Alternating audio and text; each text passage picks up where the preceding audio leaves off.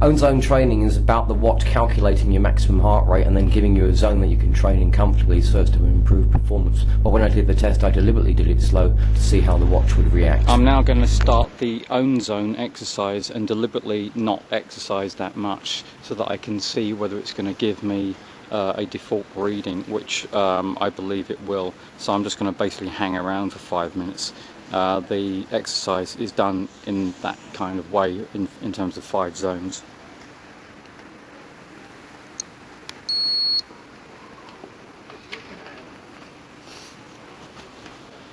As you can see there's an arrow that's very similar to what you'll see displayed for the fitness and optimizer tests, and now what it's going to do is simply progress in terms of the arrows, but what it's expecting me to do is speed up, and I'm deliberately not doing that. Coming up to the 5 minutes now, so this was set by me 5 times 1 minute. And there you go. It says 127 to 166. Now, as you can see, that you can carry on with your own exercise, but now I want to do it in a more rigorous sense by actually, for example, standing, walking, and then fast walking, and finally jogging. Let's see if the result is different. Don't forget that's taken from the original fitness test.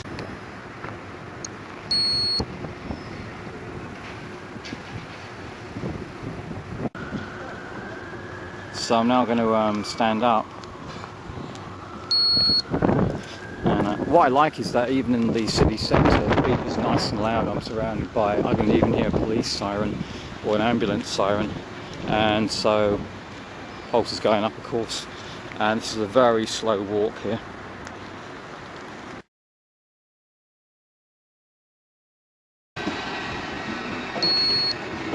Now I'm going to walk briskly here.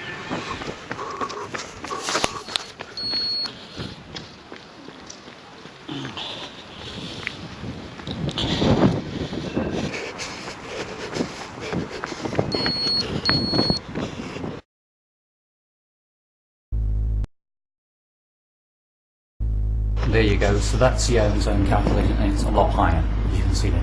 Fundamentally, it's about getting roughly to 70% of your maximum heart rate. Again, the watch is doing it for you.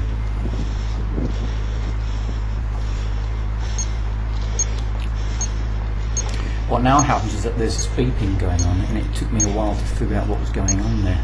The device is actually I now realise that this me beep is actually an indicator of my heart rate. So that's a good thing. Again, you have to get used to all this stuff. There is a learning curve, but you know, honest to God, the power of this watch is absolutely undeniable. The tone, it turns out, is equivalent to exactly half the heart rate. So 37 beats for a 74 beat heart rate, and this is some really good precision work from Polar there in terms of keeping you going at the prescribed pace.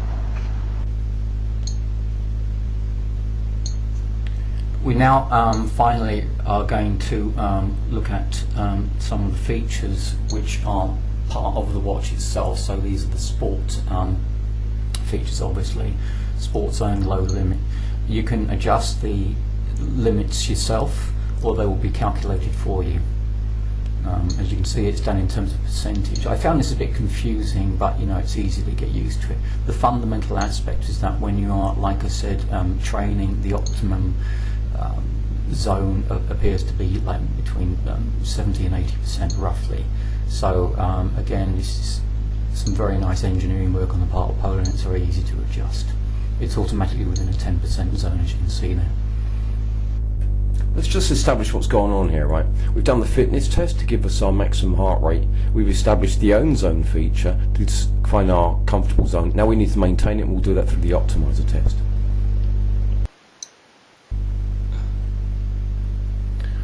Now let's look at the Optimiser, which is what you should be doing several times a week. Again, this is the elite, you know, aspect of the watch.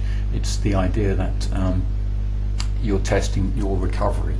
So it's the idea of recovering from intensive exercise. That's where the Optimiser really scores, and it's another very easy test to do.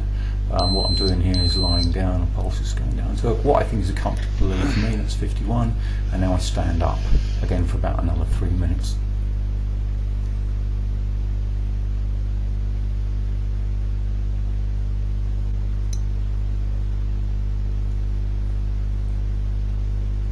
Once that's done, you then see what the trend is.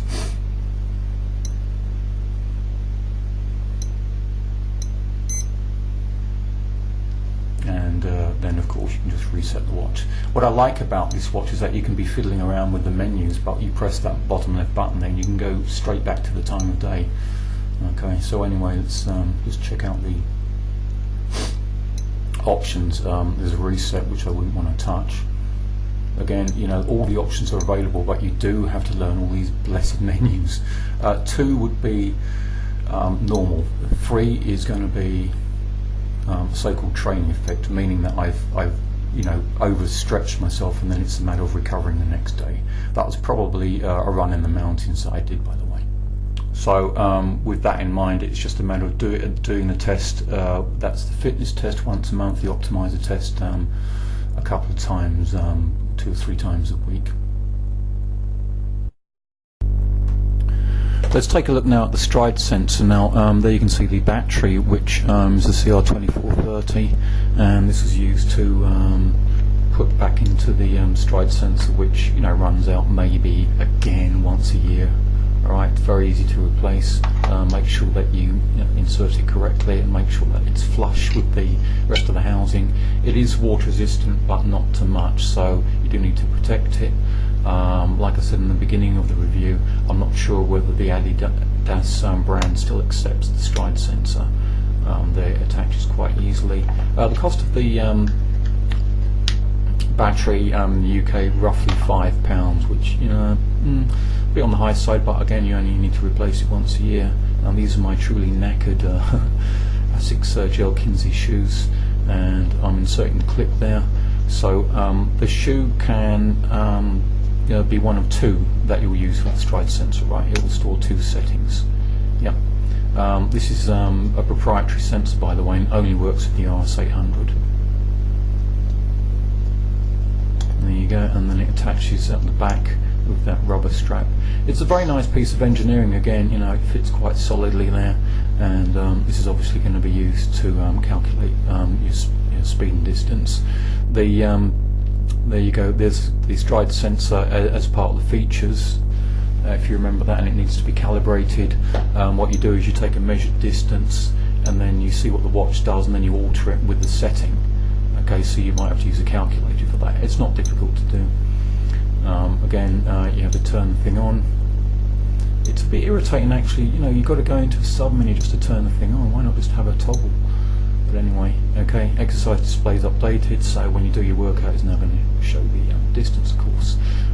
The watch is able to measure cadence as well as stride length, and this was a very, very powerful feature back in the day, so again, 2006. Here we can see on one of the menu screens there, it's got, did you see that? CAD for cadence, and I was just testing to see that it would sync with the stride sensor. The little man on the bottom left of the screen there is showing that it's already recognised the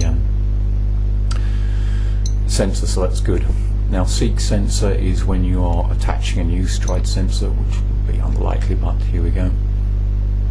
And it's done that, you know, very similar to Ant Plus. I prefer Ant Plus myself. Polar is using the WIND protocol, which is proprietary to them, and I'm not necessarily a big fan of that.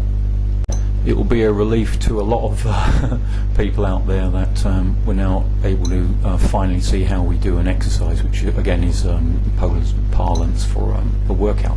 And there are different types of exercise. You've got free, basic, and interval and OwnZone. The workouts can, of course, be edited, renamed, and then once you've edited your workout, you must select it. You have to explicitly select it as a default. What will then happen is that when you press that big red button, it will automatically choose whatever it is that you've set. Okay. And here you can see what's happening with the heart rate zones, and this is going to be a very simple workout based on I decided distances. So again, it's wizard based, which I actually like because it's completely foolproof. It's idiot proof. All right. Again, you can choose your zones, or you can alter them manually. So every workout in this very basic exercise here is simply going to be distance and then heart rate zone, in order just to check out what's happening on the display. And there you go, updated. And again, what I like is the fact that it being wizard based, there you go, selected as default. You have to do that. Once you've done that, then you are totally free to press the thing, and then up is going to come basic. Okay, you're ready to start the workout.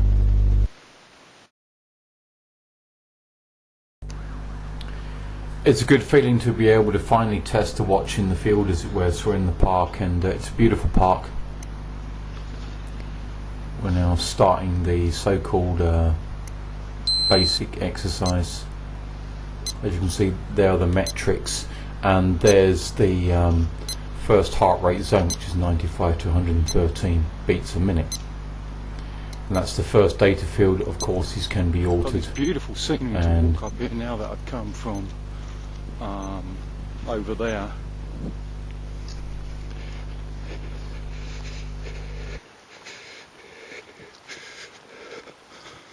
So only a few. I'm going to see what happens with the alert when it's going to 0 here. Basically, if you can follow the display there, the top part is showing what you have left to do, and the bottom is showing the elapsed distance. Where now we're going to see what the beeps change. Here we go, a new kind of alarm. I'm just walking, obviously, but walking pretty fast. Now, as before, you can see here that it's going down to 0 at the top there, and at the bottom it's approaching half a mile, and the beeping is because it's outside the heart rate zone. Slow beeping means that you're too slow, and fast beeping obviously implies that you're outside the heart rate zone, which is too high, and the distances measured are the distances within those zones. During the session in the park here, I just thought I'd show you statically what the fields are. Okay, so it's much clearer once it's been done completely, sitting down as it were, or standing up.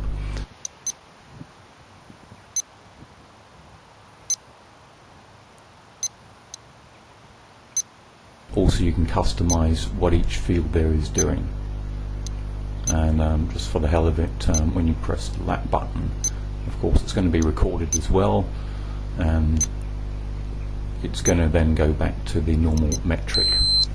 This is now the same data field. This might seem like overkill, but I'm trying to show you what it looks like in the field, because you're often going to be looking at the watch, of course, when you're moving, and it's recording the metrics there quite clearly. I mean, I wear glasses when I'm running, unfortunately. I wish I didn't, and for me this is reasonably clear. Pace per mile, and even cadence. That's pretty handy.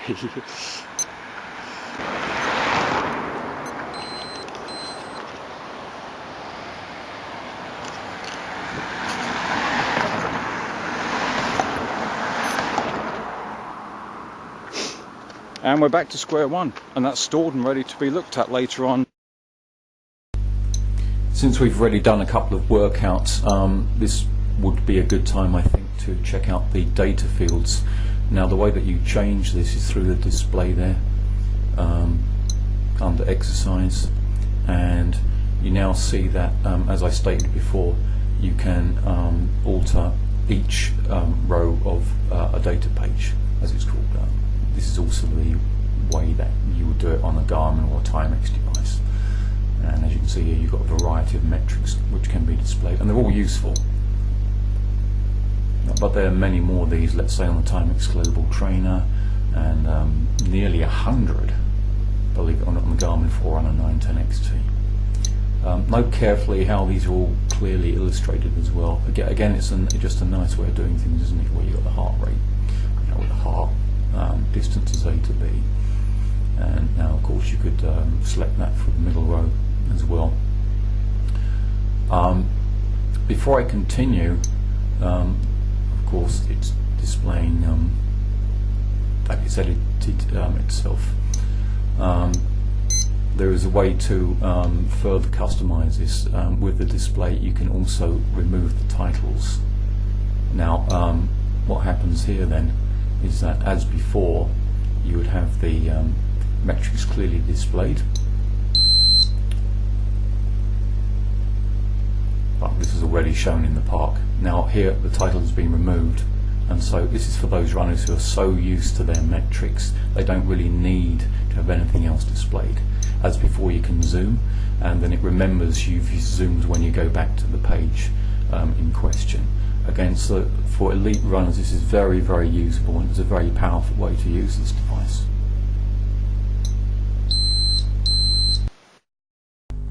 To get proper metrics, I decided on an actual 50-minute run in atrocious conditions, lots of wind and rain, and actually deliberately running up 3 fairly steep hills in order to test myself in terms of heart rate and other metrics.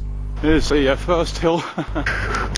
This is roughly from 1 mile point, about 2.5 here I'd say. 175. And the now steps it's going to be finally from here. 5.5 miles or thereabouts. 173. That's 1 minute and 25 seconds So roughly. 50, 11, 50, 12, 137. Once we come back home, it's an easy process to check out your exercise logs. So this is some real-time data here. You've got exercise log, and then the weekly, and then the totals, and so you can delete them singly or all at once if you want to take that risk. So anyway, this is done about 2.5 weeks ago, as I say this. You've got 2 ways of looking at the data in terms of the sport zones, because obviously this is a major heart rate based watch, and then you've got the data within the workout. So what we're looking at there, maximum minimum heart rate, calories, heart rate based by the way, running index, which is a metric, like I said, that's based on your fitness level, and the stride length, which is calculated by the stride sensor, which is very accurate indeed.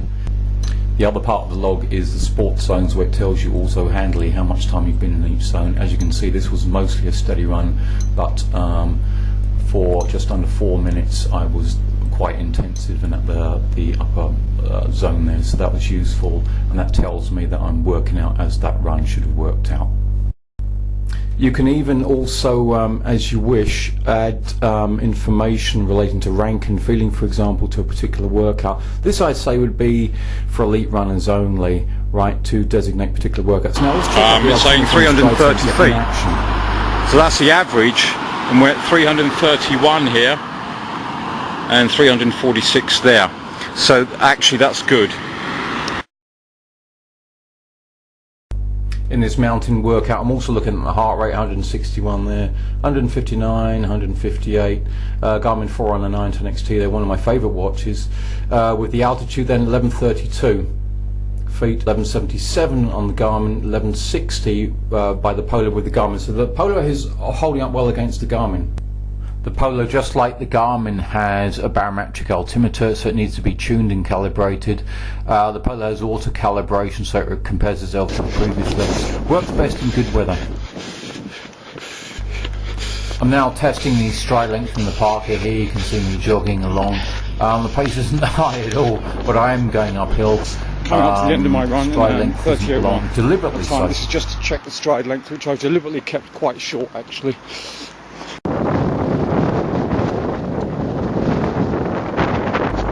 On this same rather unpleasant day, I was testing the stride length as well, so I'm testing out the stride sensor and just its accuracy and some mile markers, which are conveniently located. And now maybe you'll be able to tell that I'm really kind of trying to stretch out a bit fast, so over 6 minutes. But the idea is that having finished the run, it's 0.49 miles. Here's exactly half a mile. Just a bit, post but I also did the subsequent I don't know, 40 feet run right there. is where it ended, so 0.48 of a mile right there. Right, now still on a completely different day, but overall very accurate, and like I said, you needed to calibrate it manually for that purpose. There are just two more metrics to look at before actually connecting all the workouts to the computer for analysis of the software, and that's the beat-to-beat recovery data, which takes data to resolution 1 millisecond, and the auto settings in the exercise mode, and then of course as before you're faced with the various sensors. I don't need the altimeter. Record rate 5, well that's fine, every 5 seconds I assume. RR data, now that's something that I need to look at.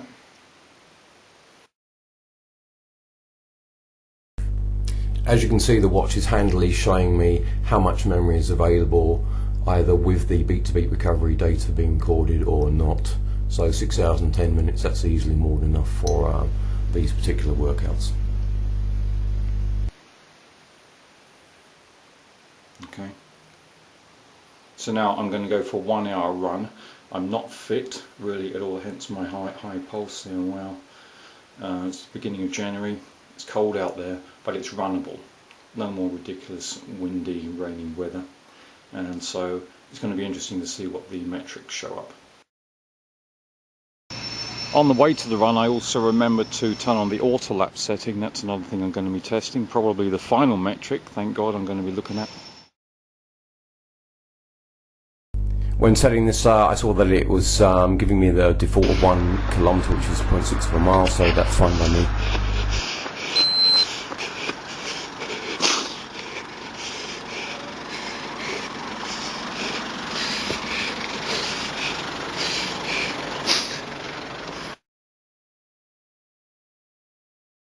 We see 152 as the pulse and 436 as the time for 0.6 of a mile middle distance course, and 737 is the pace per mile for that segment. The whole point ultimately is to do a steady run with only one intensity segment. Sheesh. Okay. Well, that's bloody high. Oh, God damn it. I'm knackered. I mean, I'm knacking. I'm only halfway through the park, but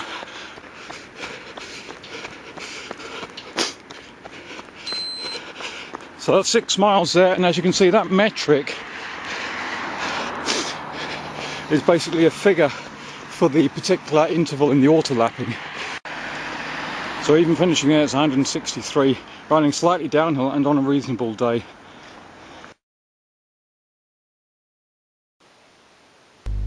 Basically for me, this could be seen as one of my favourite parts, which is where you've kind of earned the right to look at your own data. I've done this many times coming back on the train from the mountains with the Timex Global Trainer.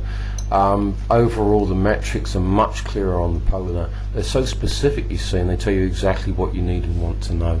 And this is the key thing. Once again, this is about measuring effort and then looking further into the data that you need to improve. So it's not necessarily about ease of use. That's my point. The pulse related there at the maximum was the highest that I've seen like in the last year. Wow, 180. That's even higher than what I get in the mountains. 3'7". Now that is something that I've got used to. It's as though it's like become almost standard. Regardless, let's look at it now. Recorded in terms of the laps here. Now, as I already explained, the laps are stored separately, so to get a particular laps metrics you simply continue pressing the red button. But what I like is the idea that you can cross-reference. For example, you go to cadence and then you press the top and bottom buttons there on the left hand side, and then you can cycle through what each other lap will have done for that particular metric. This is very clever design on the part of Polar, and it's very easy to look at. One of the best things for me after doing a hard workout is to look at the metrics on the watch, not have to go back to the computer or connect up. Stride length 3'7" there. We're now going to look at the half-mile kind of sprint there to test the stride length, and this proves what I've been talking about. Okay.